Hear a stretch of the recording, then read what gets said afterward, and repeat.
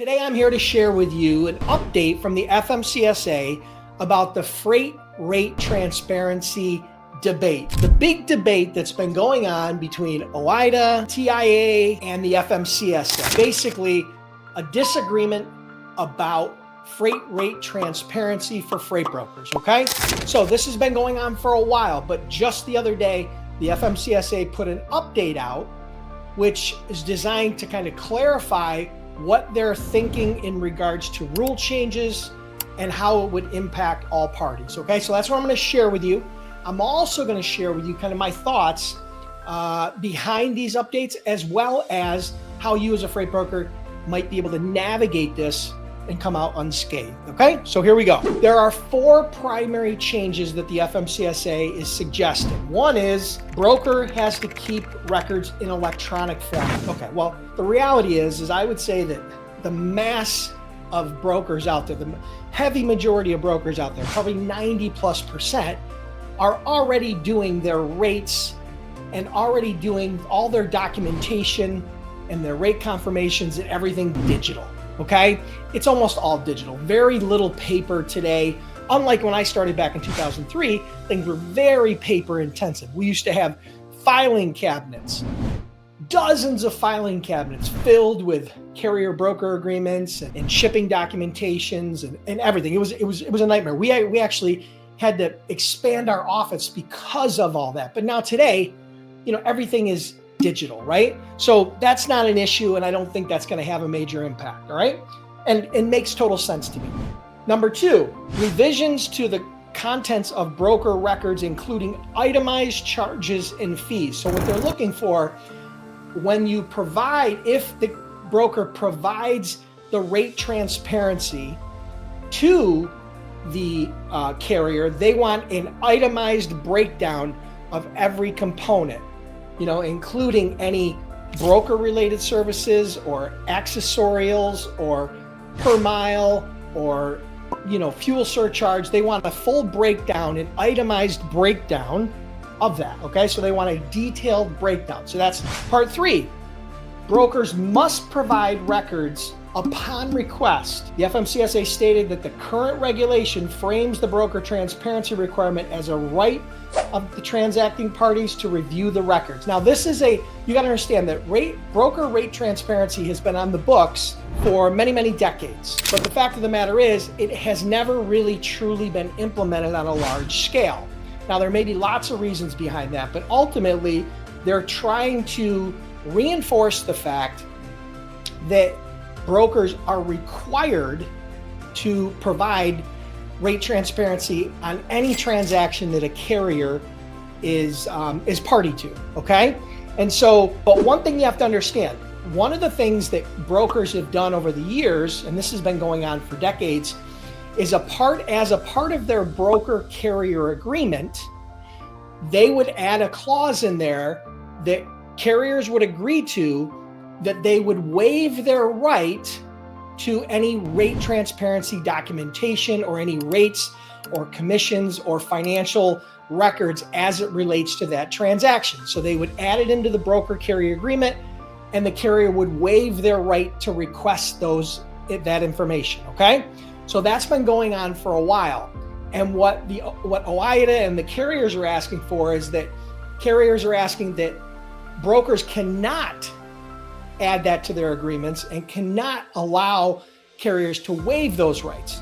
But the fact is, the FMCSA was very clear and said, unless Congress makes a right unwaivable, then brokers can still allow carriers to waive their rights to the documentation per contract. So, right now the FMCSA does not have the ability, does not have the authority to tell brokers that they cannot add that to their agreement. So currently, as it stands today, and what I believe the new rule change is going to be, it's going to reinforce the fact that brokers can add a clause to their agreement, and carriers will have the ability to waive that right. Now, if carriers don't want to waive that right, then they shouldn't sign the broker carrier agreement, right? They shouldn't accept the load. So not all brokers do that, but some brokers do. And so it would be a right of a broker to be able to do that, okay? So that's part 3. And then part 4, hold tight because I'm going to share my personal thoughts on this, and I'm going to share some of my frustration and some of the industry's frustration. I just want to share that with you, but I'm getting through the updates first. This is the last one. This is number 4. Records must be provided within 48 hours of request. This provision is intended to ensure the requesting parties receive the records in a timely manner to support the resolution of issues around service or payment. Okay, so they want to be able to turn these records around in 48 hours. So those are the 4 proposed rules that the FMCSA has put out there for comments, right? Now, they have not finalized these rules, but they've put them out for comments. And I know the carriers aren't 100% happy. I know the brokers aren't 100% happy, but let me give you my 2 cents, okay? So the reality is this broker rate transparency all falls under what they call CFR 373.3C, okay? So that's kind of the regulation and the rule from the FMCSA. So that rule is completely and totally outdated and is based on a very different business model that was enacted back in the early 80s when transportation was deregulated. Back then, freight brokers acted as sales agents for carriers. So the reason why they had rate transparency in there for brokers was so that carriers knew how much the rates that the brokers were charging shippers, because they were acting contractually as a sales agent of the carrier. Now, business models have evolved over the years, and brokers are not sales agents for the carriers, okay? They're independent brokers authorized by the FMCSA to represent and be a middleman between shippers and brokers. So they don't work for either party. They actually work more for the shippers now, because that's who actually pays them, but they're independent third-party brokers, okay? So that regulation is very outdated, and it's based on a very different business model from the 80s. Now, I can understand why they had that rule back in the 80s when deregulation first took place. It was probably a little scary time for carriers. It was a scary time for shippers. You know, nobody knew exactly what was going to happen.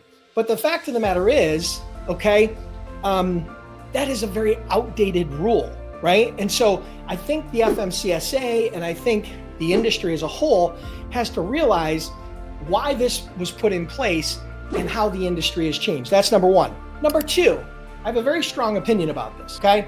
And that is this.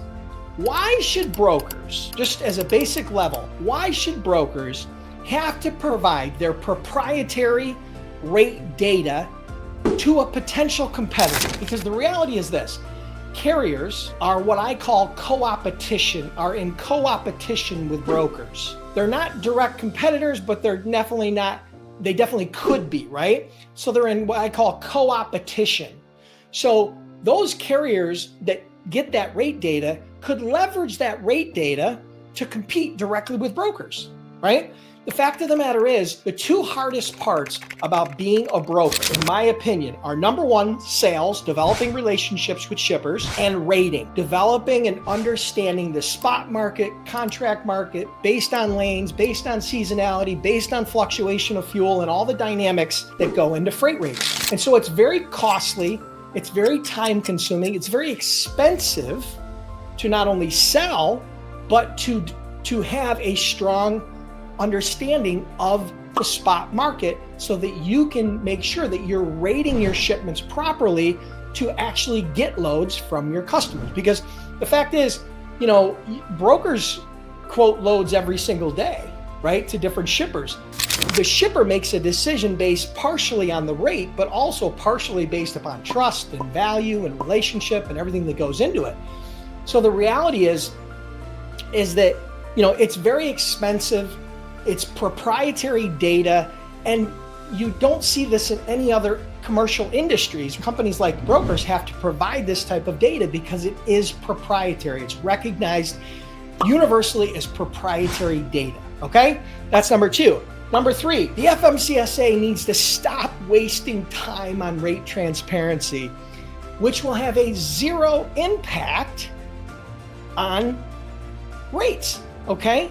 Stop prying into brokers' financial records. It's not going to have an impact. The fact of the matter is, carriers already have availability of tools for rating data, times have changed. Technology has changed. Back in the 80s, the internet really didn't exist.